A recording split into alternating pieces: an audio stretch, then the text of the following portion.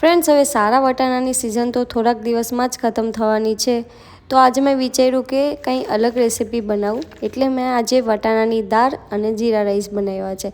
જેના માટે અહીંયા વટાણાને મેં છોલીને એક કુકરમાં થોડું પાણી એડ કર્યું અને પછી તે વટાણાને એડ કરી દીધા છે. ત્યારબાદ અહીંયા સ્વાદ પ્રમાણે થોડું નમક એડ કર્યું છે, થોડું તેલ, થોડી હળદર, ધાણા પાવડર અને મરચું પાવડર એડ કર્યું છે. ત્યારબાદ અહીંયા બાફવાના ટાઈમ પર જ એક ટમેટું કટ કરીને અને 2 મરચાં જેટલા કટ કરીને આપણે એડ કરી દઈશું. અહીંયા ટમાટરને બાફવાના ટાઈમ પર જ એડ કરવાથી ટમાટરનો ફ્લેવર દાળમાં બહુ સારો આવે છે, એટલે અહીંયા મેં સાથે જ એડ કરી દીધું છે. હવે ચમચા વડે આપણે સારી રીતે બધું મિક્સ કરી લઈશું અને 2 કે 3 સીટી વગાડવાની રહેશે.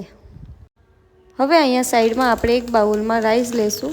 મેં અહીંયા બાસમતી રાઈસ લીધા છે, તમે તમારા મનપસંદ રાઈસ લઈ શકો છો. અને આપણે હવે સારી રીતે સારા પાણીથી 2 વાર ધોઈ લઈશું, એટલે તેની અંદરની ધૂળ બધી નીકળી જાય. હવે અહીંયા આપણે કોઈ બી વાસણમાં થોડું ગરમ પાણી કરીને એમાં થોડું જીરું એડ કરી દઈશું, સ્વાદ પ્રમાણે થોડું નમક અને થોડું તેલ એડ કરી દઈશું. અને ત્યારબાદ આપણા ધોયેલા રાઈસને આપણે એમાં એડ કરી દઈશું. અહીંયા મારાથી થોડું પાણી બહાર નીકળી ગયું છે રાઈસ નાખતા વખતે, અને અમારા માટે કોઈ નવી વાત નથી, કેમ કે મારાથી કુકિંગના ટાઈમ પર બહુ બધું ઢોળાય મુકાય, તૂટે ફૂટે. હવે આને સારી રીતે મિક્સ કરીને સ્લો ફ્લેમ પર આપણે એને સ્ટીમ થવા દઈશું. હવે 3 વિસલ થઈ ગઈ છે, તો કુકરનું ઢાંકણ ખોલી લઈશું. અને આપણે અહીંયા દાળ આપણી બહુ સારી રીતે થઈ ગઈ છે, તો હવે ચમચા વડે આપણે એને છૂટી કરી દઈશું. હવે આપણે અહીંયા દાળમાં ઉપરથી વઘાર કરવાનો છે, તેના માટે એક વઘાર બનાવીશું.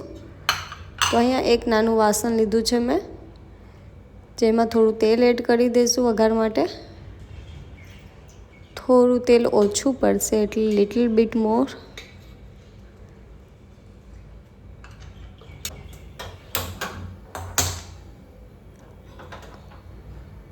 હવે સ્લો ફ્લેમ પર આપણે થોડું તેલને ગરમ થવા દઈશું અને એમાં રાઈ જીરાનો વઘાર કરશું. ગેસને મેં અહીંયા બંધ કરી દીધું છે, કેમ કે આપણે હિંગ કે મસાલા નાખીશું તો એ બળવાના ચાન્સીસ હોય છે, એટલે મેં ગેસને બંધ કરી દીધું છે. ત્યારબાદ હિંગ, હળદર અને મરચું પાવડર એડ કર્યું છે અને આપણા વઘારને અહીંયા ધીમે ધીમે આપણે દાળમાં એડ કરી દઈશું. અને હવે ચમચાથી આપણે એને સારી રીતે મિક્સ કરી દઈશું.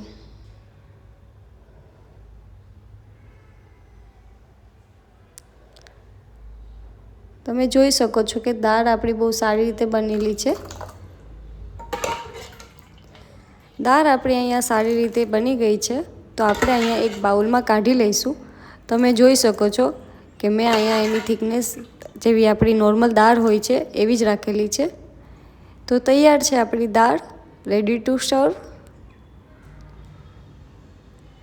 અને આપણા અહીંયા રાઈસ બી સારી રીતે સ્ટીમ થઈ ગયા છે. તો હવે આપણે એને એક પ્લેટમાં સર્વ કરી લેશું. નોર્મલ દાળ કરતાં તો આનો ટેસ્ટ અલગ જ છે, બટ ખૂબ જ સરસ છે ટેસ્ટમાં. એકવાર તમે આ રેસીપી જરૂર ટ્રાય કરજો. ગરમ ગરમ દાળ રાઈસ બહુ જ સરસ લાગે છે. આજના માટે ખાલી આટલું. મળીએ નેક્સ્ટ વ્લોગમાં. બાય.